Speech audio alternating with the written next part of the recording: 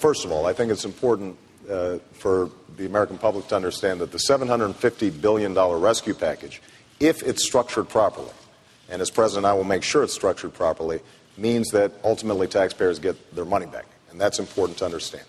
But there is no doubt that we've been living beyond our means, and we're going to have to make some adjustments. Now, what I've done throughout this campaign is to propose a net spending cut. I haven't made a promise about... Cut some of these programs, sir. Absolutely. So let me get to that. What I want to emphasize, though, is that I have been a strong proponent of pay-as-you-go. Every dollar that I've proposed an additional cut so that it matches. And some of the cuts, just to give you an example, we spend $15 billion a year on subsidies to insurance companies. It doesn't, under the Medicare plan, it doesn't help seniors get any better. It's not improving our health care system. It's just a giveaway. We need to eliminate a whole host of programs that don't work. And I want to go through the federal budget line by line, page by page.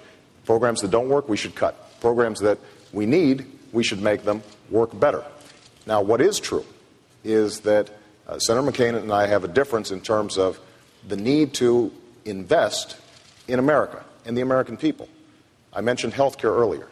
If we make investments now so that people have coverage, that we are preventing diseases, that will save on Medicare and Medicaid in the future. If we invest in a serious energy policy, that will save in the amount of money we're borrowing from China to send to Saudi Arabia. If we invest now in our young people and their ability to go to college, that will allow them to drive this economy into the 21st century. But what is absolutely true is that once we get through this economic crisis and some of the specific proposals to get us out of this slump, that we're not going to be able to go back to our profligate ways. And we're going to have to embrace a culture and an ethic of responsibility, all of us, corporations, the federal government, and individuals out there who may be living beyond their means. Senator. Well, thank you, Bob. I just want to get back to this home ownership. During the Depression era, we had a thing called the Home Ownership Loan Corporation. And they went out and bought up these mortgages, and people were able to stay in their homes. And eventually, the values of those homes went up, and they actually made money. And by the way, this was a proposal made by Senator Clinton not too long ago. So obviously, if we can start increasing home values, then there will be creation of wealth. But the question was, what are you going to cut? Well, second of all, energy independent. We have to have nuclear power. We have to stop sending $700 billion a year to countries that don't like us very much. It's wind, tide, solar, natural gas, nuclear, offshore drilling, which Senator Obama has opposed. And the point is that we become energy independent, and we will create millions of jobs in America. Okay, what would I cut? I would have, first of all, across-the-board spending freeze, okay? That some people say that's a hatchet. That's a hatchet, and then I would get out a scalpel, okay? Because we have presided over the largest increase. We got to have new direction for this country. We have presided over the largest increase in government since the Great Society. Government spending has gone completely out of control. $10 trillion debt we're giving to our kids. $500 billion we owe China. I know how to save billions of dollars in defense spending. I know how to eliminate programs. I have fought against, one of them would be the marketing assistance program. Another one would be a number of subsidies for ethanol.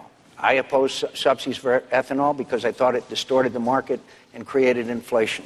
Senator Obama supported those subsidies. I would eliminate the tariff on imported sugarcane-based ethanol from Brazil.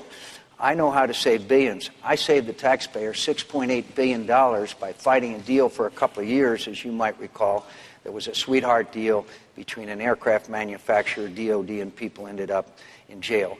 But I would fight for a line item veto, and I would certainly veto every earmarked pork barrel bill. Senator Obama has asked for nearly $1 billion in pork barrel earmarked projects, including $3 million for an overhead projector in a planetarium in his hometown. That's not the way we cut. We'll cut out all the pork. Time's up.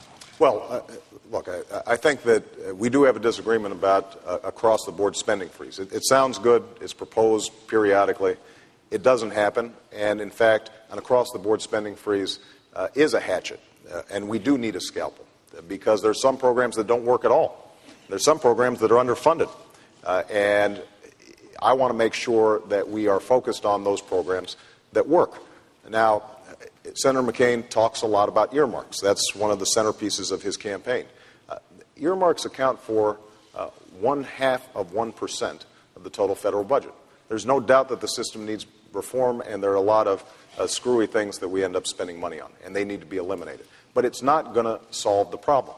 Now, the last thing I think we have to focus on is a little bit of history, just so that we understand what we're doing going forward. When President Bush came into office, we had a budget surplus, and the national debt was a little over $5 trillion. It has doubled over the last 8 years, and we are now looking at a deficit of well over $500 billion. So one of the things that I think we have to recognize is pursuing the same kinds of policies that we pursued over the last 8 years is not going to bring down the deficit. And frankly, Senator McCain voted for 4 out of 5 of President Bush's budgets. We've got to take this in a new direction. That's what I propose as president. Do either of